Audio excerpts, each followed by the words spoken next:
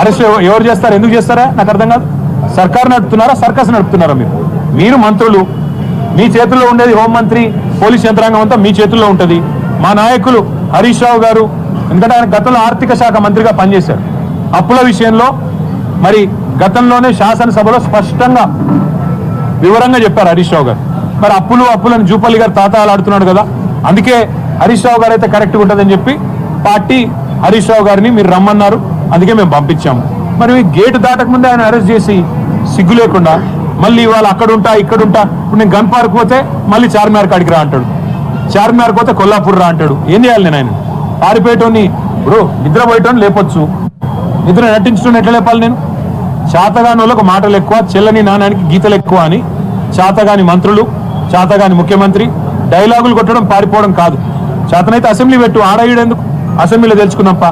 నువ్వు gun park కార్డ్నే ఉంటా అంటే నాకు పోలీస్ ఎస్కార్ట్ పెట్టి నేను కూడా వస్తాను. చేతగాని మాటలు, చేతగాని సన్నాసి పలుకులు. ఇంకొక మాట అడుగుతున్నా జూపల్లిని, అసలు నీ డిపార్ట్మెంట్ సంగతి నీకు తెలియదు. నీ డిపార్ట్మెంట్లో జీవో వస్తే నీ ముఖానికి తెలియదు. నువ్వే చెప్పినావు, నేను చెప్పలే. బూమ్ బూమ్ బీర్ల జీవో నాకు తెలియకుండా వచ్చిందంటివి.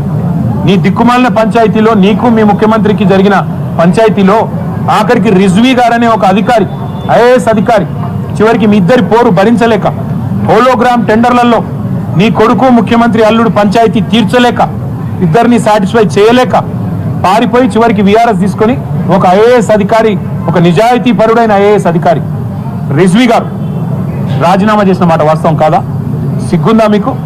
ఒక నిజాయితీ పరుడైన అధికారి ఇవాళ రాజీనామా చేసే విధంగా ఉసిగొల్పిన జూపల్లి కృష్ణారావు గారు, మీరు ఒక మంత్రి, వాడొక ముఖ్యమంత్రి, ఇద్దరు పనికిమాలిన పనులు చేస్తూ ఎక్సైజ్ శాఖలో కుంభకోణానికి మీరు ఒడిగడితే అడ్డుకుంటే ఒక ఐఏఎస్ అధికారిని, చివరికి ఆ ఐఏఎస్ అధికారి రాజీనామా చేసే దౌర్భాగ్యపు పరిస్థితి కల్పించిన ఈ ప్రభుత్వం, మీరు కూడా మా గురించి మాట్లాడతారా?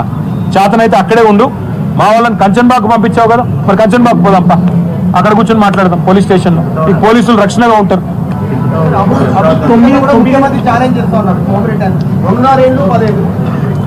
ముఖ్యమంత్రి గారి అభివృద్ధి అంటే ఆయన ఆస్తులు, అనుముల బ్రదర్స్ అదానీని దాటిపోయే విధంగా సంపాదిస్తున్న తీరు, 1 కోటి ఎకరాలు నిషేధిత జాబితాలో పెట్టి 30% ఒక్కొక్క డీల్లో సంపాదిస్తున్న పద్ధతి, ఆ అభివృద్ధి గురించి అయితే ముఖ్యమంత్రి గారు బాగా చేస్తున్నారు. రాష్ట్ర అభివృద్ధి అంటే ఇవాళ రేవంత్ రెడ్డి గారిని ఎక్కడికైనా పోలీసు రక్షణ లేకుండా ఈ రాష్ట్రంలో ఆయన ఎక్కడికైనా రమ్మనండి.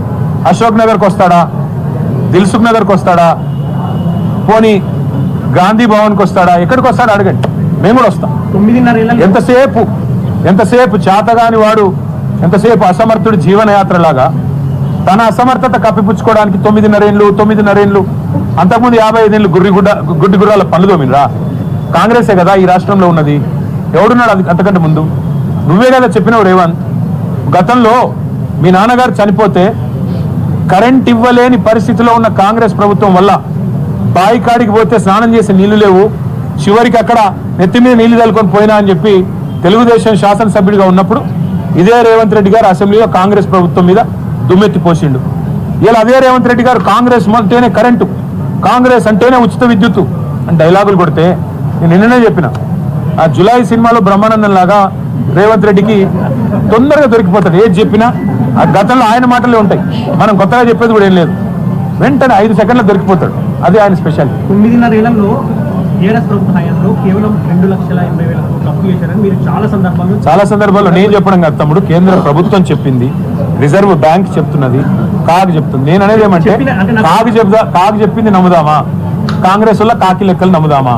కాగ్ లెక్కలు బెటరా, కాకి లెక్కలు బెటరా?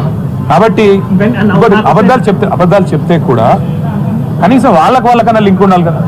ఇప్పుడు నిన్న ఒకటే వేదిక మీద ముఖ్యమంత్రి గారు, డిప్యూటీ సీఎం గారు, ఒక ఆయననేమో రైతుల కోసం 1,75,000 కోట్లు ఖర్చు పెట్టా 30 నెలల్లో అని గంభీరమైన ప్రసంగం ఒక ఆయన చేస్తారు. ఆయన డిప్యూటీ నెంబర్ 2 1,56,000 కోట్లను అదే వేదిక మీద 5 నిమిషాల తేడాలో చెప్తాడు. ఎవరిని నమ్మాలా? అంటే వాళ్ళకి అబద్ధాల విషయంలో కూడా పొంతం లేదు. ముందు వాళ్ళు సింక్ అయితే మంచిది. అంటే లోక్సభలో ఈ వివరాలు చెప్పినా, ఆర్బీఐ లెక్కల ప్రకారం మీరు కాగ్ చెప్పినా, ఇన్ని చెప్పినా కూడా 8 లక్షల కోట్లని ముఖ్యమంత్రి నుంచి మంత్రులు ఈ విధంగా ప్రచారం చేయడానికి మీరు ఎట్లా ఏముంటుంది బ్రదర్? ఇప్పుడు నేతి బీరకాయలో నెయ్యి ఎంతుందో, మైసూర్ బోండాలో మైసూర్ ఎంతుందో, రేవంత్ రెడ్డి మాటల్లో నిజాయితీ గంతే ఉంటుంది. రేవంత్ రెడ్డి అనేవాడు 50 లక్షల రూపాయలతో దొరికిన దొంగ.